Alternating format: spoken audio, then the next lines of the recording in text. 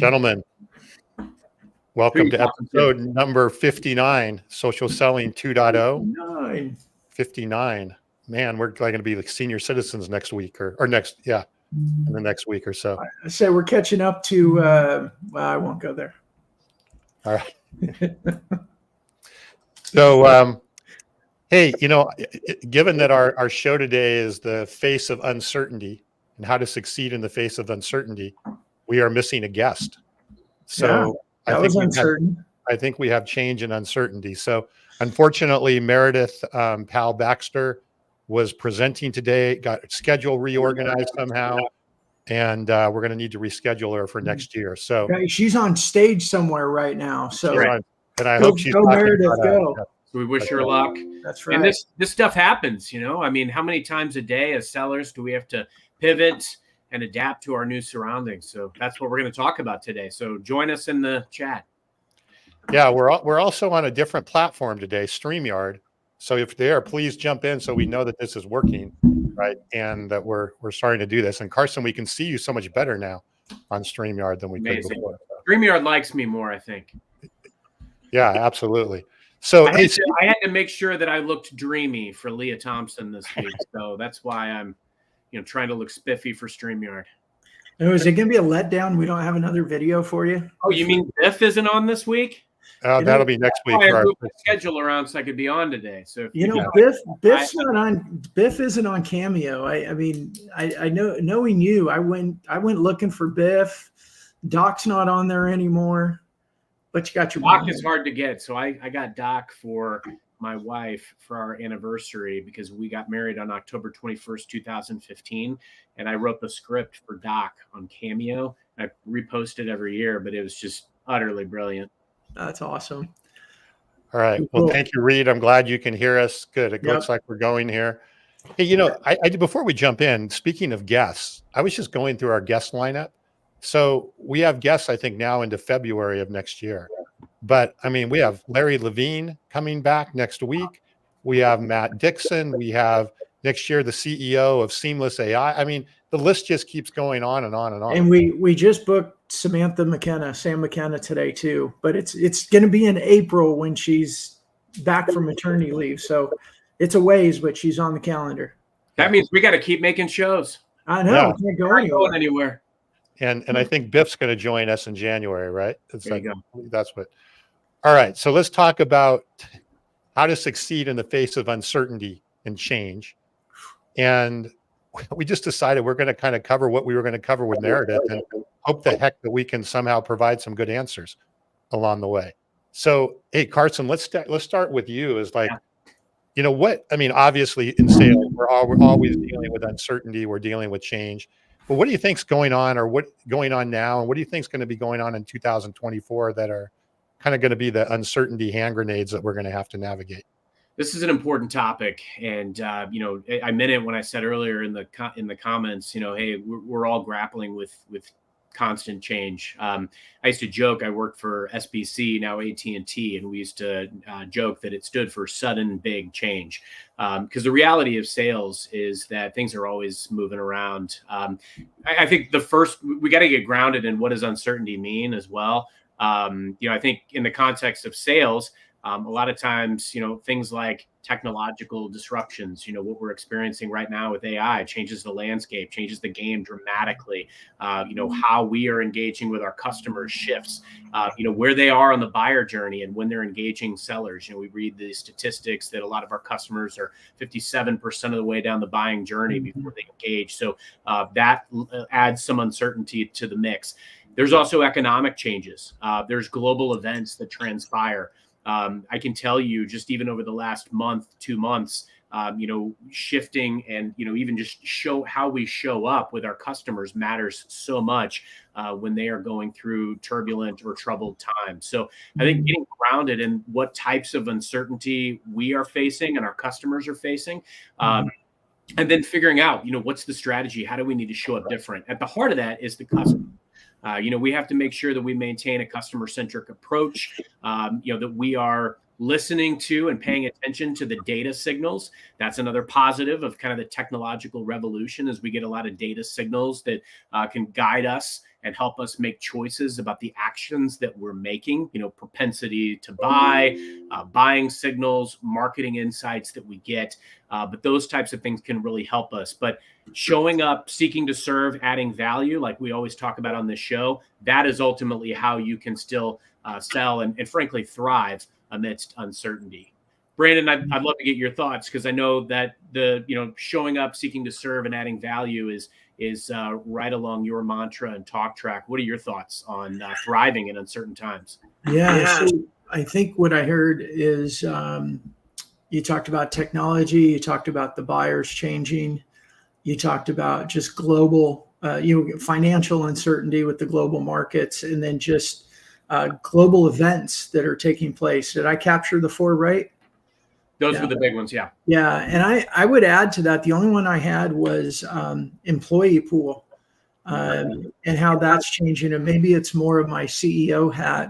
And is that feedback on me? I hear a little feedback here and there. But, putting on my CEO hat, I think that from a team standpoint as well, and this affects buyers and everything else, but you've got, every generation, you always had that. You have, people that are 50 plus, you got those that are in mid-career and those in their early career. But I think right now, more than ever, the difference of what they've learned and how they learned, especially around technology, the difference between, say, like my oldest daughter is, she's in her first marketing job. She's 24 years old. The difference of the way she learned and what she, has done growing up with a phone in her hand, basically since, our kid's 13, 14 years old. There's a lot of uncertainty with communicating inside with your teams. There's a lot of uncertainty because more people are remote and you're building relationships with people that you don't see every day. You don't have water cooler talk. You don't go to lunch with them. You don't learn about their person and their personal life. And so I think all of these factors really are putting us in, I think, more uncertainty than we realize until something happens and we have that moment. But I think these are all the things that are being thrown at us. Previous generations, it wasn't like for my generation, I think, it wasn't that we ever expected we were going to start working for a company and get the gold watch in 30 years and retire, but we stayed at companies longer. And now it's 18 months, I think, is the average. So there's just a lot that's happening around individual people, technology, world markets, everything that I try not to look up and pay too much attention to it, because it could really drive you nuts. But yet you've got to pick up and pay somewhat attention to it so you don't feel, like you're totally lost. I noticed without Mike Weinberg here, we're not cursing this week. So we're back to a family program. Oh, shit. I thought we were going to. Oh, wait. Tom, what are your thoughts? Well, it's interesting. I was reading a Harvard Business Review article this week, and it was focused on the fact that a lot of companies, their board now is getting involved in their hiring strategy so that they're hiring people with the right skills. And what they mean by that is people that can adapt to the AI world, understand and work with technology, be thinking AI or technology first and how they do business. And they're putting that at the board level, right? So the board is actually, which is not a typical board function, is to worry about hiring, but it's even at the executive level, they're looking at that. What that tells me is, whether that's this coming year or a little bit farther out, but what that's telling me is there going to be a whole new, I guess, set of skills that are going to be, that we're going to be dealing with in the business world. And those are our prospects. Those are our customers. And the way that they're going to go about things are very different than the people that we've dealt with before. We've talked a lot about the buyer journey changing, but this to me takes it to a whole nother level. And even how do you use AI to do your research?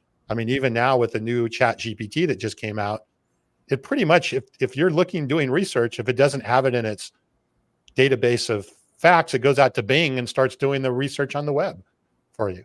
So what does that mean? How does that apply to, I mean, there's just so many things here that I see are changing that we're going to, and again, you can't try and whack-a-mole and keep up with all of those, but there's just going to be a lot of change over the next 12, 24 months anyway, related to all this. No, I think the key element, and it touches on a lot of the themes from this show, because what I always like to say, it's important from a leadership and from a selling perspective to keep a steady hand on the wheel. Don't make knee-jerk reactions when there are changes. Really spend the time studying and understand the new parameters, the new playing field, the new players. My goodness, there's so many different things that change in periods of uncertainty. Customer board level involvement, who are the movers and shakers, who are the decision makers, what are the key priorities. Over the last couple of years, we've seen so many of our customer executives focused on cutting or optimizing their spend and their costs. And so, how we show up with value and seeking to serve looks different. It's still the same motion and it's still the same initiative. It's just what they want to talk about shifts dramatically. And that's why it's so important to have that ear in the field and really understand, stay at the pulse of what matters to our customers. And from a leadership perspective, I encourage, executives, sales leaders right now, really listen to the voice of the field and the customer, because that is what's going to ultimately guide your ship. That is where you need to be, moving and, going to where the puck is going to be, really being able to anticipate. Tom, just like you were saying, I think the better we can do to really research the landscape, go to where the puck is going to be, that's what's going to put us in a pole position as a seller and frankly, as organizations. Yeah, I think, Carson, that the challenge for most companies, especially I think the larger the company, the bigger the challenge, is going to be speed of change.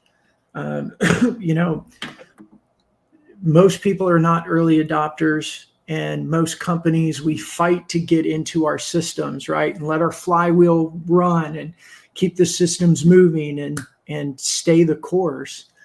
And it's going to be really, really difficult of walking that line. And I think the need of spinning off some teams that can go into some sandboxes and play around and learn and pretend like it's real world and go at it, I think is really, really important and necessary right now. But that's a motion that's not comfortable for boards. It's not comfortable for C-level leadership. And yet I think it's something that is really important to take a look at right now. I don't have a perfect answer by any means. I've been, fortunate, I guess, from that perspective that, the companies I built have always been pretty small in the big picture. But I just, AI is going to fundamentally change how efficient individuals can be, how teams can be, how companies can be. And if you're not looking at it and your competitors do, or some, innovative, cool startup, it can change the industry really, really quickly. And that's what I think more than anything is what people need to be looking at. 71% of organizations are already using AI, and the remainder will be forced to over the next year. An adapt or die situation, Tom always likes to quote. But I think the other element that I really want to point out, and I'd be remiss not to, is succeeding in the face of uncertainty also applies to us. Because to your point, Brandon, the longevity of somebody's tenure at an organization is not what it once was. I set out in my career years ago thinking I would stay at one company my entire life, and that has very much not been the case. And it's not been for lack of effort, right? It's, there were a few times where I've been forced to bounce around. And so all the more important to build personal brand, like we talk about, and making sure that you're focused on yourself from a connections perspective. Because one thing that definitely happens in uncertain situations and times is it ups the ante on the need for continuous learning and bettering yourself and attaining those skills that organizations are looking for, but also creating the relationships and building the reputation that it's going to take you wherever you're going to need to be in 3 to 5 years. I think it's exhilarating, but also terrifying to know that my next job may not even exist today. And so it's kind of freeing to think that way, that you're going to be able to gravitate toward doing something you're passionate about, that you're uniquely qualified for, that fits into the lane of your superpowers. But at the same time, knowing that your next job may not even exist, it's like, my goodness, what do I need to be building toward? Who do I need to be meeting now? But constant learning, constant relationship building, those things are key. Yeah. I was going to. Are we echoing again? A little bit. We'll get this new platform figured out. I think it's like the missing guest is like trying to. I know, it's like it's really confused. It's confused. So I think AI is going out and pulling Meredith's voice from the stage she's speaking on and trying to bring it in. Hey, Tom, can I interrupt real quick? Carson, one of the things you said about 71% of companies are already using AI. And I don't know that, I don't have data or facts to say it, but my instinct would be, and from conversations, that 71% is a huge gamut of how and what people are actually doing. And I think even within that 71%, for someone to go, oh, 71% are using it, what are we doing? It's, even with everything that was released this week with ChatGPT, it's already changed. It's already moving. And not just are you using it, but how are you using it? Who in your company is becoming the master of it? What are they learning? How are they teaching everybody? How are they able to quickly implement or not quickly implement across the entire organization? I think those are big challenges. And just checking a box saying we're using it isn't anywhere near being enough. Well, and a lot of, and Brandon, we both get this question a lot, right? Well, what do you think is going to be different, or how is AI going to be used in business? And my answer is, the best way I know to answer that question is, look at what you're doing in your personal life of how you're using these technologies, right? Whether it's mobile, whether it's AI, whatever. Because if you look at what's happened with business over the last period of 10 years, we've just taken our habits as consumers and brought them into business. Mm-hmm. The buyer journey changed because our buyer journey changed as a consumer. And we said, we want the same buyer journey in business. We wanted to be more in control. We bought off of Amazon as personal. We want to buy off of e-commerce and business, right? All of our self-serve type of buying processes. So if you just look at what we're doing as consumers, how we're using ChatGPT, maybe to get a recipe or build a trip or whatever the case may be, or write a paper or whatever that is. But you just start to look at how we use it as consumers, and you can start to think about how that will adapt into business. And to me, that's the best foreshadowing I believe you can have as you start to look at what's coming in the future and how it's going to be used. And yeah, I agree with you, Brandon, that blanket 71%, boy, that's a pretty broad stroke. So let's go into, one of the things that I know Meredith was going to talk a lot about, or wanted to talk about, was mindset. Like, what mindset do you need to have as a seller going into this? If you agree that we're going into into maybe more uncertainty and more change than maybe we've ever experienced in our career, what mindset do we need to bring into that? Carson, what's your take on that? Well, I think, where I like to start, you kind of want to have the mindset of the character Chris Gardner that Will Smith played in The Pursuit of Happiness, right? We had a struggling salesman who, faced extreme uncertainty in these situations and a lot of adversity, but through it all, his determination, his adaptability, and his unwavering commitment to succeed led to his triumph. And I think that's where it all begins and ends for me. In all seriousness, I had to get back to the movie references. I know that's been sadly missing. I'm proud of you. I had to bring it back. But I think the key element is this. It really comes down to the ability to look at every scenario as an opportunity. Even when a customer wants to talk to me about something that they're upset about, or they want to, and rightfully so, right? I mean, there's a lot of merit to the beefs that sometimes our customers have with us, right? These are opportunities for us to sit in the uncertainty with them and sit in the pain with them as we are seeking to earn that right to be their trusted advisors. So you have to have that mindset of every time that I get the opportunity to talk to a customer, there's opportunity because I can stay at the pulse of what matters to them. I can hear them. I'm gaining value that I can share with my team, with my leadership. So there's a lot of benefit that comes from having that opportunistic mindset. A lot of people call me say that I'm an optimist.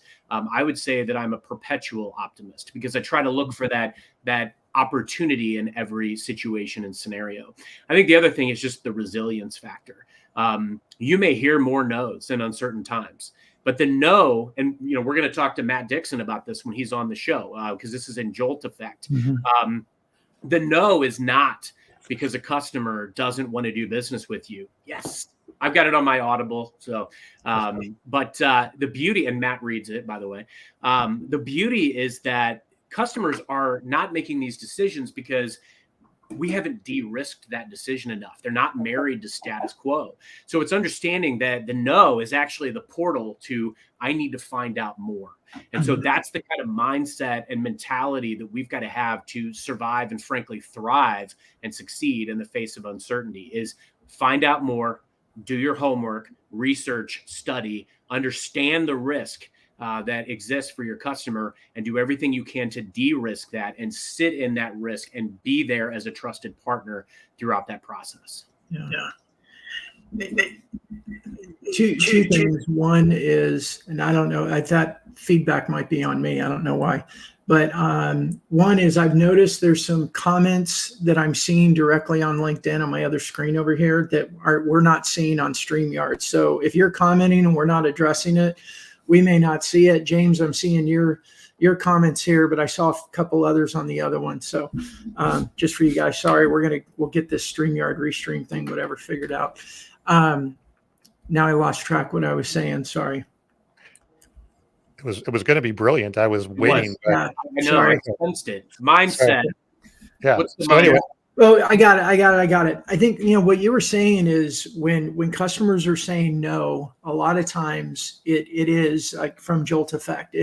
We're scared to make a decision. Yep. I think it speaks to bringing it back to, we are a social selling 2.0 show. One of the things that we've seen in the data is there as well is things like a live show, things like personal brands where people are consistently sharing and educating and adding value. All of these dark social mediums, if you will, or these channels all contribute to helping customers get more comfortable sooner. It's not just the conversations that are taking place on the teams and the presentations and the demos and whatnot, but it's all this other content that's happening around them. So they're able to consume it in smaller bite-sized chunks.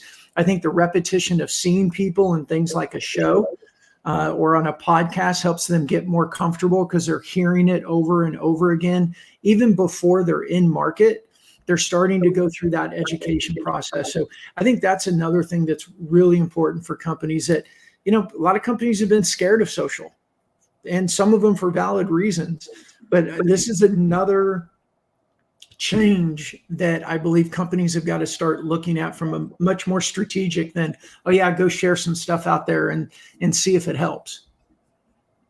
Yeah. This kind of spurned an idea for me as well, because, I think the other big thing that stands out in uncertain times is that need or that real driver behind innovation and creativity, seller, and frankly, as a sales organization. And what I mean by that is, look, the playing field has changed, right? But I take a go down swinging approach. And I'll also, I'm not afraid to make big, bold asks, whether that's of customers or when we're doing internal selling.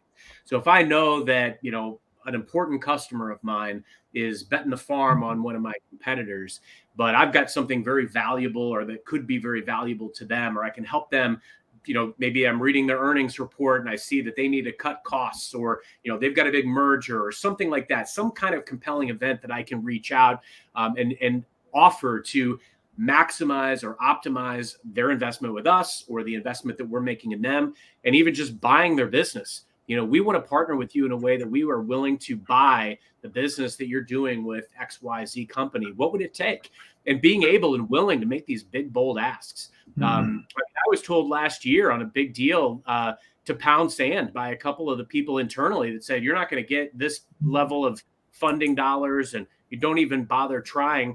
I went up to our COO, got the money, got the net new deal. So I think it lends the opportunity to make big, bold asks of your customers and of your internal stakeholders, because the ante is raised and we've got to get stuff done in uncertain times. So the people that are creative, that get the deal done, you can be a hero. Heroes emerge in uncertain times. Yeah, motivation right there. Wow. Well, Fired up, you guys. No, let's go get them. So I want to touch on a couple of those things. First of all, I want to highlight James' comment here because I think it fits very nicely, Brandon, what you were just talking about. Depth of relationships now helps teams and organizations weather the difficult and inevitable challenges. Building depth in relationships always takes time. I think he's talking about within an organization, but even going back to your point, Brandon, about podcasts, live shows, episodic content, what are you doing? You're building relationships, right? Mm-hmm. You're building relationships with your prospects, with your customers, with potential employees and colleagues and stuff.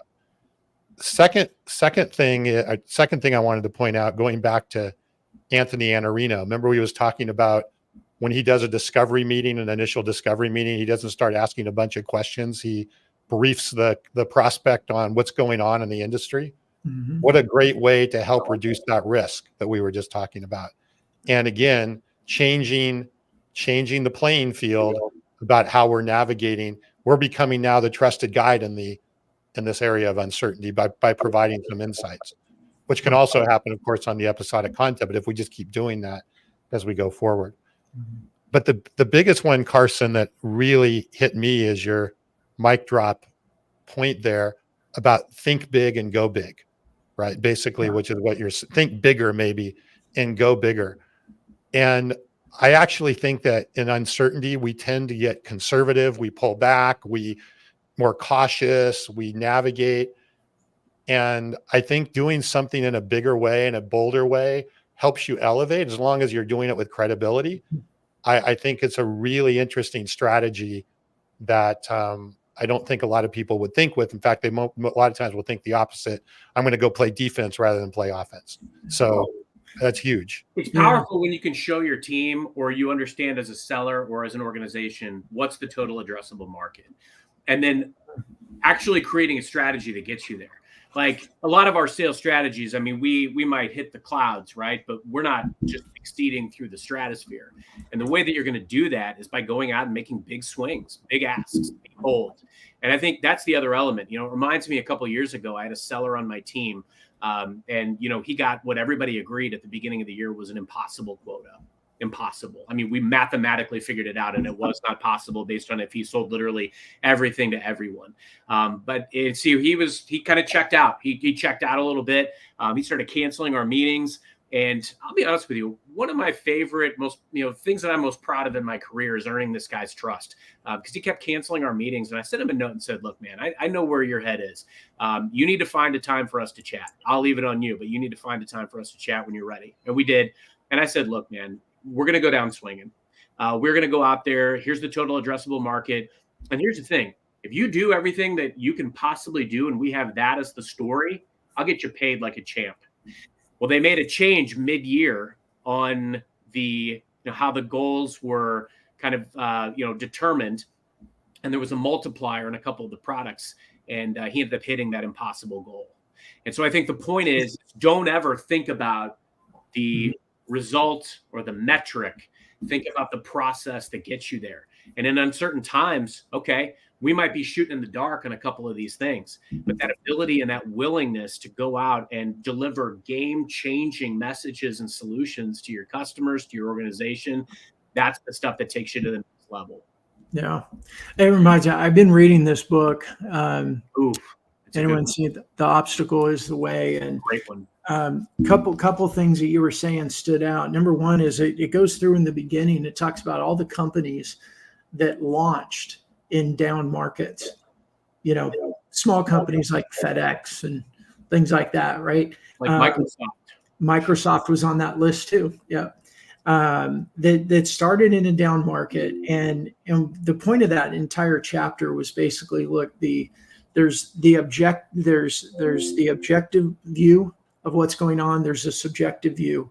And we've got to pull that subjective emotional view out as often as we can and look at it at the base value of what's going on and get our shit done. I did that for Mike. Mike's right. We can only do what we can do. We can't control outside circumstances, but if you just keep doing what you can do, it's amazing how things happen, even in impossible situations. That's it. Control the controllables. Understand what those variables are, control them. And I love that you mentioned Obstacle is the Way. I recommend everybody read that, but also go out and you can subscribe to the Daily Stoic. And when you're talking about like mindset and mentality, having that ability to take things in stride, understand what I can and cannot control. If you can't control something, then you got to let it go. And you've got to focus on hedging your bets with everything you can. Yeah, I know Butch is out there. I saw him comment over there, but Butch is the one that gave me the book, and Butch is the one that introduced me to the Daily Stoic. Yep, and he also said you win the dad joke challenge today. I did. I mean, I thought I crushed it today. You did. Out of the park, man. Big swings. Yeah, it was so. I just forgot it. It was so good. It just went. It was that amazing. Hey, let's use what we're talking about here to kind of transition. Again, this was going to be another topic we were going to get into with Meredith, but I think we've set the stage really well. So if you're building a 2024 plan, right, for sales or your sales organization or just your revenue, revenue, sales, marketing organization, what are kind of the key, I guess, pillars that we should be thinking about when we put together a 2024 plan, knowing that a year from now, when we're sitting here, the world will likely be very different than what it is today? It's just an easy question. No problem. You notice Carson and I are both running to be the first one to respond. I don't care. I'll dive in. I'm not afraid. Look, I think first off, and I've talked about this on this show before. I mean, the first thing I always do is study. I look at the prior year, where we performed well, where we didn't, some of the high propensity activities that were taken, what worked really well from a marketing perspective, from an outreach standpoint, what worked well that I need to capitalize on and double down on. And I'll give you an example. In my business, there are built-in compelling events. There's renewal and annuity business, right? So I need to make sure that if I don't capitalize on those events, when customers are budgeting to spend money with us, if I don't capitalize on those events and align other potential pieces of our portfolio, running a diversified business to reduce my risk as a seller, then shame on me. That's going to torpedo my year because we have those built-in events. So thinking about and kind of, how can I maximize that side of things? The next subset is going to be around who are the people, who are the relationships? What are the relationships that I'm going to need this year in order to do the things that I want to do? Do we have new offerings as an organization? Are there relationships that maybe looking back ended up being critical? Did we have the board relationship that we needed? Did we have the CFO relationship that we needed? What can I learn from that past and that past year that I can really apply when I'm thinking about prospecting and going out and having some of those key relationships? What are some of the high activity, high value activities that I could and should be running? We get a lot of benefit out of in-person, event types of engagements. So, what do I need to do in order to map that out, to fund that, to have the budget for that, to make the asks that I need in order to do those types of pillar events that ultimately will unlock deeper relationships? And then also, who are the other players? What are the resources at my disposal? What's changed? What looks different? Who's my sales army that's going to be out there? And for me, I have extensions of my organization, right? I have teams that don't report to me, but that ultimately it's my job to kind of orchestrate all these internal resources.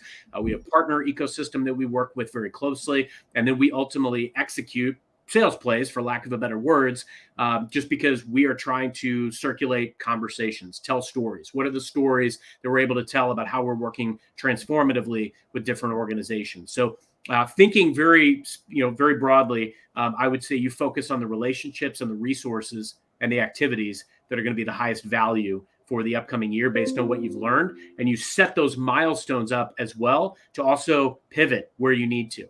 I've found a lot of value in having regular cadences around some of these activities with the right teams and right groups of people to make sure that we've got checks and balances. Did we do what we set out to do? Does the process need to be tweaked? Do we have a new initiative? Is there a new opportunity or a threat or more uncertainty, elements of uncertainty? How do we need to pivot to keep that steady hand on the wheel? So I think those are some of the things that I think about when I'm mapping out a year. Yeah, I think those are great. And I wanted to add one more to that, which I think is going to be really critical. You always hear the term know your numbers. I think more than ever, it's going to be very important to know our numbers. And what I mean by that is not just my quota, but what is the sales process? What does it mean to have an opportunity? What is the velocity of how things are moving? I think that that's one way to cut through a lot of the uncertainty is stay focused on your numbers and your statistics and your analytics on things. And I think that I don't know about what you've seen, Carson, and obviously being in Microsoft, but from working with a lot of smaller or mid-sized businesses, I've seen a lot of the know your numbers thing kind of get thrown away. And hey, I'm going on instinct here, and I'm going to just try and do things instinctively, or maybe just be a hero. And I think that more and more that's going to become less and less of a good strategy, and everything needs to be by the numbers. Yeah, no, I couldn't agree more. In fact, every great sales leader needs to really demystify that pay structure and that, how does my team get paid for their teams, and spend time getting grounded in that. That was a mistake I made when I started out as a seller. I was trying to literally gravitate toward everything. I chased everything, every dollar, but I would chase that $5,000 opportunity the same way I chased that $100,000 or multi-million dollar opportunity, and shame on me. Really being able to map out, what are the critical, mission critical deals that I'm going to need to get done this year in order to be successful, and then where's the gravy deals? You need a path to your number. Sure, there's going to be bluebirds and there's going to be other things that come out, but you've got to be feeding that pipeline engine as fervently as humanly possible. And I think the other element to that, with knowing your number, every year now I create a program with my team called Plays That Get You Paid. And in essence, what it is we sit down and we understand in each of these solution areas, because my team has a scorecard, in essence, a weighted attainment based on different pillars, parts of the platform. Some are lower hanging fruit, and where one may be lower weighted than others, it may have a very, very small quota relative to the others. And if I blow out that bucket, then my team is going to get paid. So really understanding that, helping people wrap their head around and demystify how everybody gets paid. But what I do as a leader is everybody that touches my business, last year I had 80 people that touched my territory, my market, my book of business. I went out and I understood how every one of them got paid. Because a lot of times we're also vying for resources. We want our specialists to focus on us and not that guy or that girl, right? We need them to focus on us. And guess what? If I'm focused on getting that specialist paid and everything I do is geared toward getting that specialist paid, who do you think they're going to spend time with? They're going to spend time in my market because I am actively putting them in positions to win. I am empowering and enabling them to win. And so I think it's really important, not just knowing your number, but knowing the number of everybody else that cares about your number. And how you're going to achieve it. Amen. Brandon, I know you have a take on that. Yeah, I think so. It's always a challenge to speak this way, but I think there's a fusion going on right now that we have to take a look at. Know your numbers, absolutely. Be willing, and Carson, you said it. Be willing to pivot. I think there's a lot more pivoting that needs to take place. Don't be scared to pivot, and I think we've built out the revenue operating system, and one of the things that's been interesting as we've been building this out and talking with people is some of the comments that we get of saying, oh, this feels a little passive, right? With some of these sales motions. And I had to take a step back and go, gosh, I'm not a passive sales guy, but is this passive? And I think there's some motions that may feel a little passive, but they're also the right motions because of the way buyers have changed. So there's a place where we're not passive with when do we do them? How do we do them? Are we consistent with doing them? Do we know the numbers that we're doing? But there's this adapting that has to take place. And it's hard. And I'm even having a hard time explaining it because buyers have changed so much, because the channels of communication have changed so much. The way that we capture interest, the way that we create demand, it's no longer the one cold call and somebody says, yeah, tell me what you got. There's some shifting that takes place. And that's where we've seen in the data that we've developed, that we've discovered through these systems, of using channels a little differently than they've been used before. The messaging changes. And if we're so focused on the same numbers, we don't allow ourselves to see those opportunities because we're hyper focused on the things that we still believe we should be doing because they worked 5 years ago or 2 years ago or a year ago. Did that make sense? I'm kind of struggling with it made sense. It made sense, but to me, it goes back to, right, the passive. Yes, there may be some sales motions that may be perceived as more passive than others, right? To say, okay, I'm going to do a weekly show, and as a result of that, I'm going to wait and hope that somebody reaches out because they got value on that show. We have no idea how many people are listening here. We don't know who's listening. Every week we learn about more people that we had no idea about. But what we can be aggressive on, going back to the numbers, right, is knowing our process and our numbers and what we're measuring against. Right. And if we're aggressive on that, then it can at least make us feel like, hey, because I think if people feel like if they're not super aggressive, then they're not working hard enough. Right. And maybe that was the case in the past. I think right now, if you're not being intelligent in what you're doing, you're not working well enough. And I think that's the thing, is stop worrying about, am I pedaling faster, but am I working the right way and efficient to actually get the numbers? Hence the reason for what I was saying, knowing the numbers. Yeah, we just have to work super smart, right? Yeah. I mean, the ability now to go out and have so much data at your fingertips, right? I mean, I can go out and I can find the IT budget for my customer, and then I know how much my company is getting of that. And if there's a huge disparity, then I've got to have the audacity to go out and make a big, bold ask that I want more of the pie. But here's what I'm willing to bring in the way of value or expertise or guidance as a part of their journey. Here are the things that they're going to get value out of. Here are the case studies that I can bring to bear, the stories that I can tell of others in their similar boat that are doing things like that. Here are the customers that I can introduce them to that are going to help de-risk those decisions. It's all about working smart. And I hate the whole work smart, not hard. You got to do both. But the thing is right now, we can't afford not to work smart because the data and the intel is out there, and you better believe somebody's going to be doing it. So if you're not out there intelligently hustling, you won't survive. I like that. Intelligently hustling. I think that's a new like term. that. Yeah. So here's what I thought of. Intelligent hustlers.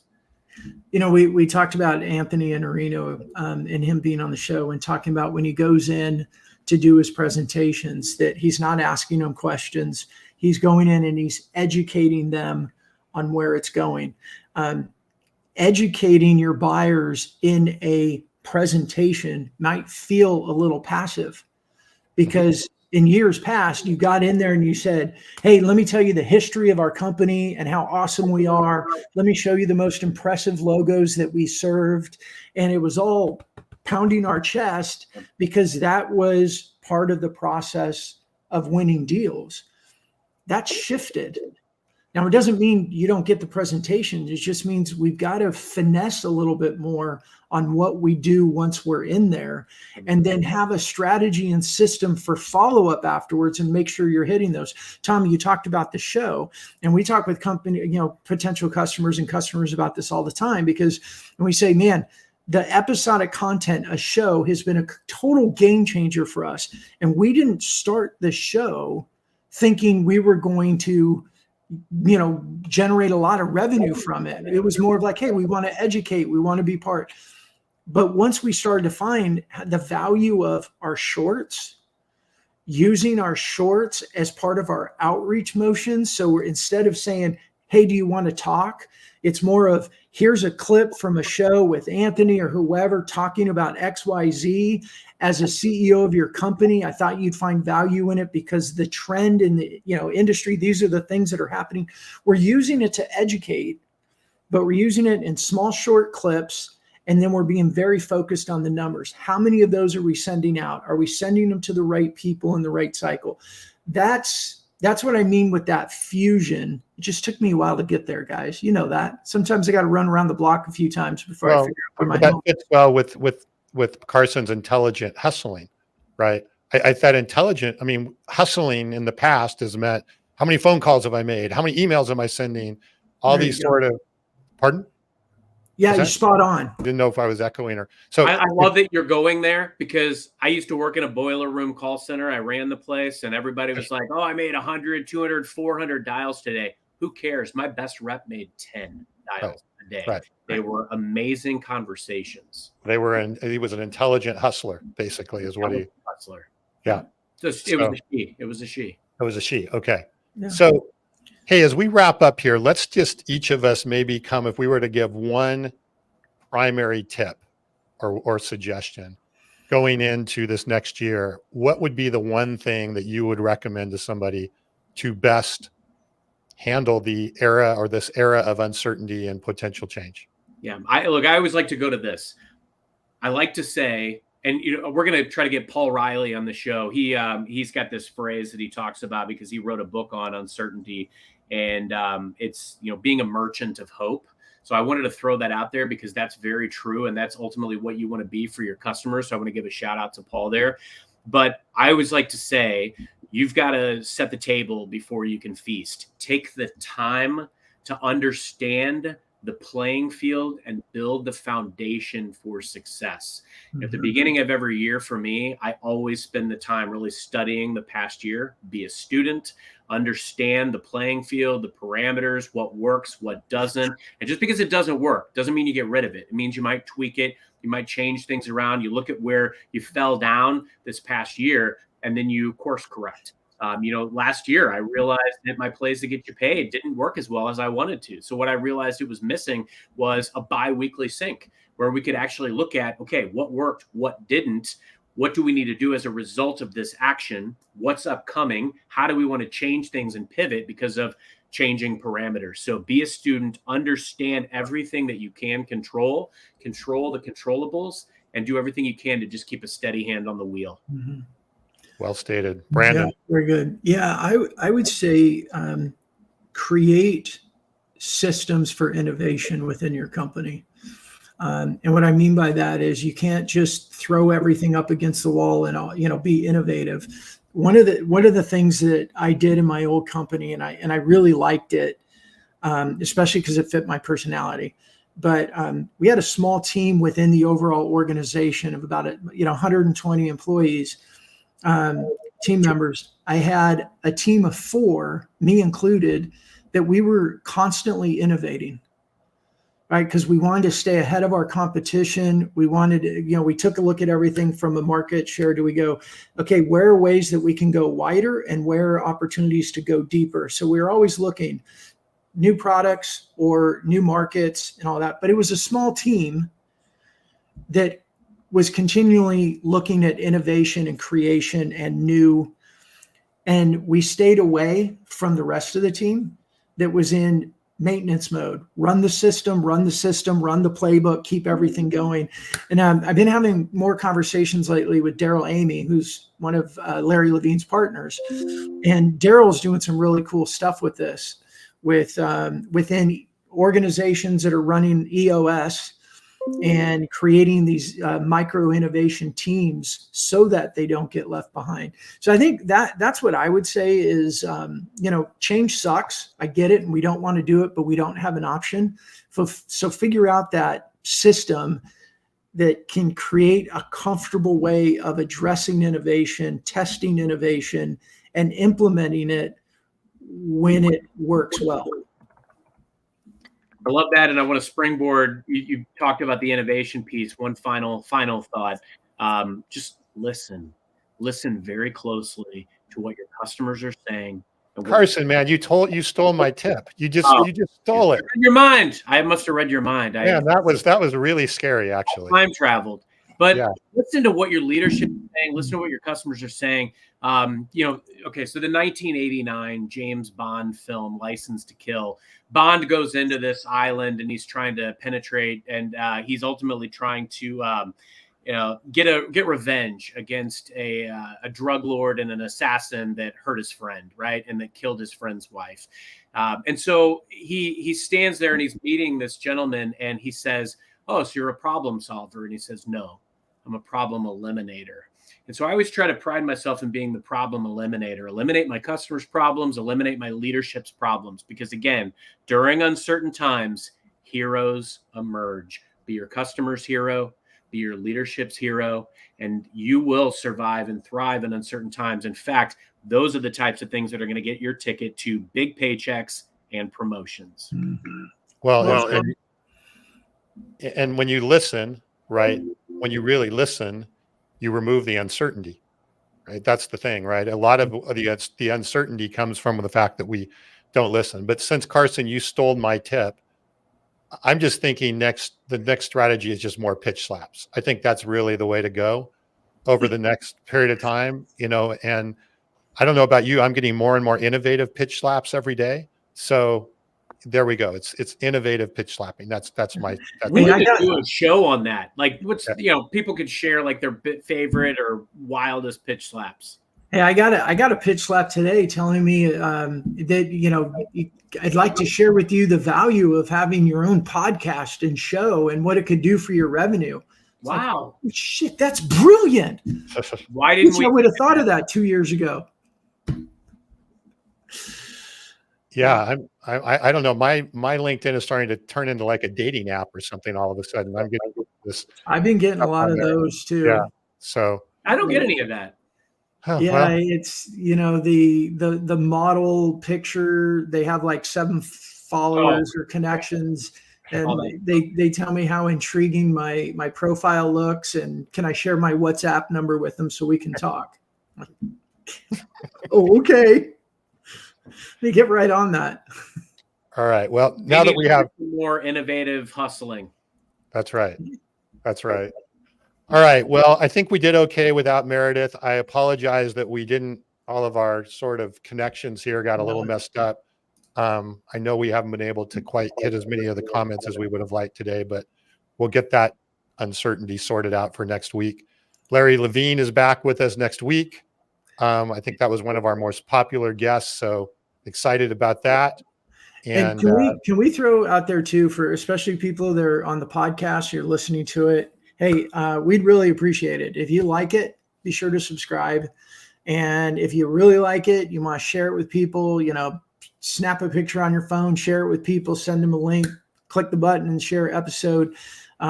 We keep moving up, but we're not where we want to be. And we're having a lot of fun. We love offering all this information and value, and believe that we're doing a pretty good job in the feedback that we get. So, if you're willing, we'd really appreciate you to subscribe and share it with other people. And if you've got guest suggestions, people that you want to see, tag them in the comments. Yeah. Happy to reach out. We're bringing some heavy hitters, obviously. So, let us know who you want to see. Yeah, the sky's the limit. We're thinking big. So, That's right. All right. Well, thanks everybody. It was fun. Carson, wrap us up. Bring it home. Thank you. I'm a little uncertain as to what I'm supposed to say. Oh, no, wait. Thank you all for being here today. And until next time, happy social selling. Have a good week. Bye, everybody.